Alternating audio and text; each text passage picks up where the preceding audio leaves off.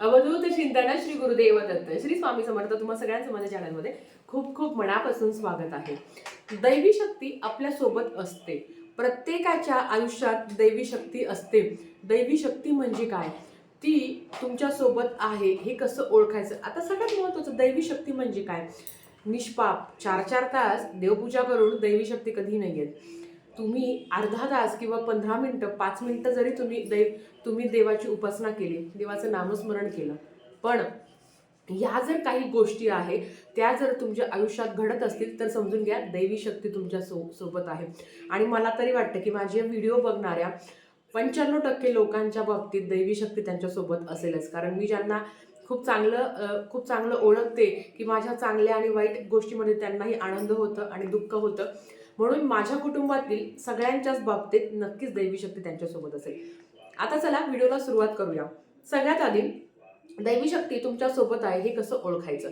त्याच्यातलं पहिलं आहे की ज्या घरात कुठल्याही प्रकारचं व्यसन नसतं, म्हणजेच कुठे ड्रिंक केल्या जात नाही, स्मोक केल्या जात नाही, अशा घरात नक्की समजायचं की त्या घरात दैवी शक्तीचा वावर आहे. आता याचा अर्थ असा नाही की बाकीच्यांच्या घरात नाहीये. जे काही मी तुम्हाला जे काही लक्षणं सांगणार आहे त्याच्यावरून एक जरी लक्षण तुमच्याकडे असेल, तुमच्या बाबतीत घडत असेल, तर समजून घ्या दैवी शक्ती तुमच्या सोबत आहे. दुसरं, का ज्यांच्यावर ईश्वराची कृपा आहे. आता देवाची कृपा म्हणजे काय हो? लाख रुपये येणं घरात, करोड रुपये येणं, खूप प्रॉपर्टी, खूप बंगले, खूप गाड्या घोड्या करणं म्हणजे देवाची कृपा नाही. देवाची कृपा म्हणजे काय आहे, दैवी शक्ती काय आहे. देवाची कृपा म्हणजेच काय, दैवी शक्ती. तर ती दैवी शक्ती तुमच्या सोबत आहे किंवा ती आपल्या सोबत आहे. ती आपल्या चांगल्या आणि वाईट गोष्टीमध्ये प्रत्येक वेळेस आपल्या त्या बाहेर ती शक्ती आहे, म्हणून तो आपल्याकडनं त्या कधी राग, कधी द्वेष, कधी काय असतं ते सगळं बाहेर पडत असतं. ते कुठलं तेच मी तुम्हाला आज सांगणार आहे. तर बघा, ज्या लोकांच्या आयुष्यात, आता तुमच्या आयुष्यात एखादी गोष्ट चांगली घडलेली आहे आणि ती घडलेली गोष्टाचं तुम्ही क्रेडिट देवाला देता. आज माझ्याकडे देवाच्या कृपेने घर झालं आहे, मी असं नाही म्हणणार मीच केलं, माझ्याचमुळे झालं नाही. मी जरी कष्ट केले पण त्याच्याबरोबर माझ्या देवाची साथ होती, माझ्या महाराजांची साथ होती, म्हणूनच हे सगळं झालं. म्हणजे आयुष्यात घडणाऱ्या चांगल्या गोष्टींना जो व्यक्ती देवाचे आभार मानतो आणि देवाला त्याचं श्रेय देतो, तर समजायचं तुमच्यात दैवी शक्ती नक्कीच आहे. त्याच्याच बरोबर कोणाचं तरी चांगलं झालं आहे बघा, तुमचे XYZ जवळची व्यक्ती आहे, कोणाला तरी मुलगा झाला आहे, कोणाला तरी घर झालं आहे. जेव्हा तुम्हाला ते तुमच्या कानावर तुम्हाला ते समजतं की माझ्या जवळच्या एखाद्या व्यक्तीला बाळ झालं आहे किंवा ती जी जवळची व्यक्ती आहे ती प्रेग्नेंट आहे किंवा तिने बिझनेस स्टार्ट केला आहे, ती आज खूप मोठी झाली आहे, असं जेव्हा तुम्हाला कळल्यावर तुम्हाला खूप आनंद होतो. भले ती व्यक्ती काही तुम्हाला काहीच आणून देणार नाहीये, पण तुम्हाला खूप जास्त आनंद होतं. तर दुसऱ्यांच्या आनंदात ज्याला खूप आनंद होतो, काही लोकांना असं वाटतं की त्याने घर घेतलं काय आणि मी घेतलं काय सारखंच. पण काही लोक असे असतात ज्यांना आपण आपले वेल विशर म्हणतो, त्यांना ह्या गोष्टी सहन नाही होत. तुमच्या आयुष्यात एकतरी अशी व्यक्ती असेलच आणि ती खूप जवळची असते की त्यांना ह्या गोष्टी अजिबात सहन होत नाही. ते फक्त तोंडावर अरे वा छान, अरे वा चांगलं केलं, पण त्यांना आतून कधीही आनंद नाही होत. तर प्रत्येकाच्या ते मांडण्यावर असतं. पण ह्या जर गोष्टी घडत असतील तर नक्की समजा तुमच्या सोबत दैवी शक्ती आहे. तुमच्यात ती दैवी शक्ती आहे. त्याच्याच बरोबर काही महिला असतात ज्यांना छोट्या छोट्या गोष्टीमध्ये खूप आनंद मिळतो, खूप आनंद असतो त्यांना. म्हणजे त्यांनी साधी त्यांच्या घरच्यांनी किंवा त्यांनी साधी कपाचा सेट जरी घेतला तरी त्यांना खूप आनंद, अरे बापरे आज मी कपाचा सेट घेतला. छोट्या छोट्या गोष्टीमध्ये असं नाही की फक्त हा करायचं म्हणून करायचं.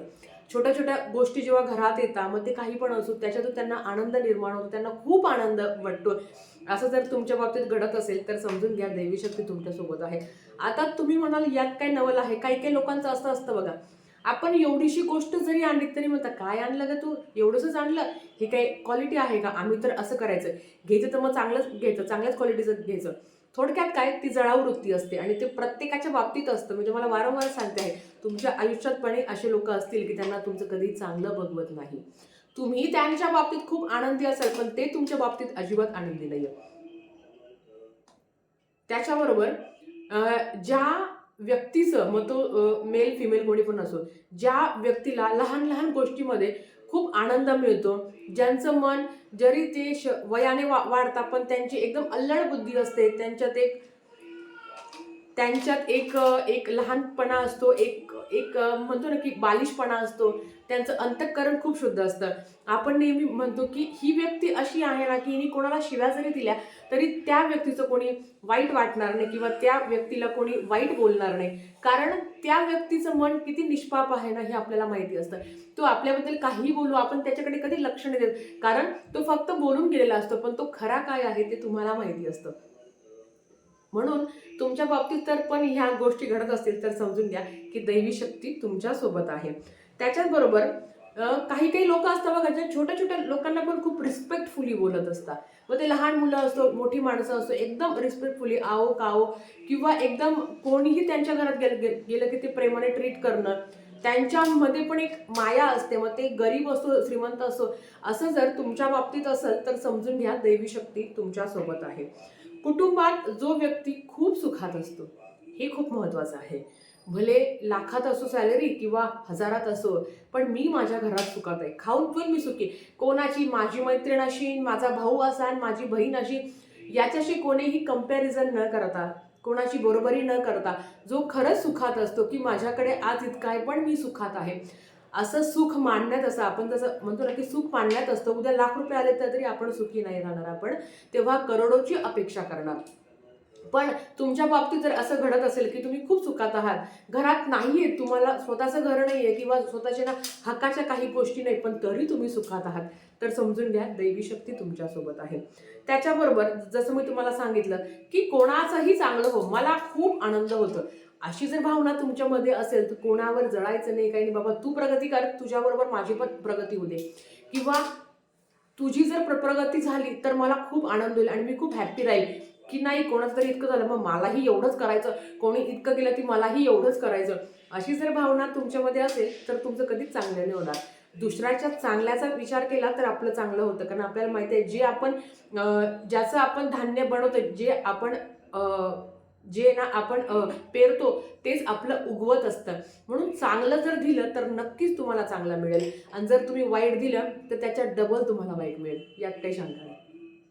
त्याच्याबरोबर जर आपण कधीच कोणाची निंदा नाही करायची, जगात फार कमी लोक आहेत जे कोणाची निंदा नाही करत, प्रत्येक जण कोणाची ना कोणाची निंदा करतं, पण असे लोक आहेत जे कधीच कोणाबद्दल वाईट बोलत नाही. असे खरंच निष्पाप लोक म्हणावे लागतील, जे जे कधीच कोणाबद्दल वाईट बोलणार नाही.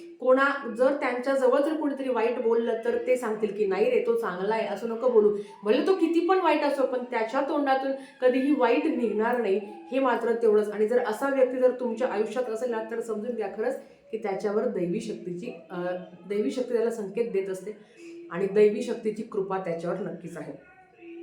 त्याच्याबरोबर की काही वेळा असं होतं बघा, छोटंसं काही झालं की डोळ्यात पाणी, आपल्याला बऱ्याच वेळा घरचे म्हणत असेल की तू ना रडूबाई आहे, सारखी रडते, म्हणजे चांगलं झालं तरी रडायचं, वाईट झालं तरी रडायचं, सदा कदा रडत असायचं. पण त्याची भावना असते, रडणं म्हणजे काय, घरात निगेटिव्हिटी आणि आणि काही काही घरात असे पण लोक असतात की अखंड रडत असतात, म्हणजे चांगलंही झालं तरी रडायचं, वाईट झालं तरी पण रडायचं, आणि काहीही नाही झालं तरी रडायचं.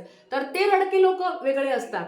पण काही काही घरात असे लोक असतात की छोटं तरी काहीतरी चांगलं झालं त्यांना खूप खूप आनंद अश्रू येतात. कधी वाईट झालं तर अर्थात रडतात, पण चांगलं झाल्यावर त्यांना खूप जास्त आनंद होतो, आणि तो आनंद व्यक्त करण्याची ती त्यांची पद्धत असते. याचा अर्थ असं नाही की त्यांना आपण सारखं रडगं म्हणायचं, ती प्रत्येकाची आनंद व्यक्त करण्याची एक पद्धत असते. त्याच्याच बरोबर सगळ्यात महत्वाचं, ज्यांना पहाटे 3 ते 5च्या सुमारास जाग येते, ज्यांना आपण ब्राह्ममुहूर्त म्हणतो, जर तुमच्या बाबतीत असं वारंवार घडत असेल तर समजून घ्या दैवी शक्ती तुमच्या सोबत आहे. कारण तुम्हाला माहिती आहे की जी पहाटेची वेळ आहे ती अतिशय प्रभावशाली असते.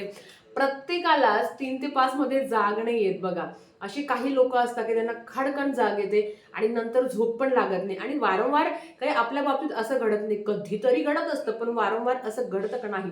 पण ज्यांच्या बाबतीत वारंवार घडत असेल तर नक्की समजून घ्या त्यांच्यावर दैवी शक्तीची कृपा आहे. काही काही लोकांचं असं असतं बघा, कुठलंही चांगलं काम करायला गेलं की त्यांना अति उत्साह असतो. त्यांचं वय किती पण असो पण त्यांच्यातला उत्साह काही जात नाही. काहीही करायचं असले तर ते अग्रेसर असतात. ते कधी म्हणत नाही मग मीच का करू, मला काय गरज पडली, सगळ्यांचं काम आहे. नाही, ते आधी करतील. कुठलंही काम होतं, छोटं मोठं काही असो, ते अग्रेसर असतात.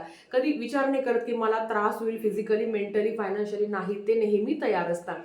असं जर घडत असेल तर नक्की समजून घ्या की तुमच्यावर दैवी शक्तीची कृपा आहे. त्याच्याबरोबर सगळ्यात महत्त्वाचं, हा खूप महत्त्वाचा एक आहे ना मुद्दा आहे की भविष्यात घडणाऱ्या घटना तुम्हाला आधी कळतात. तुम्ही म्हणाल ताई असं कुठे असतं का? पण तुम्ही विचार करा की भविष्यात काहीतरी घटना घडणार आहे, त्याचे संकेत तुम्हाला आधी मिळतात.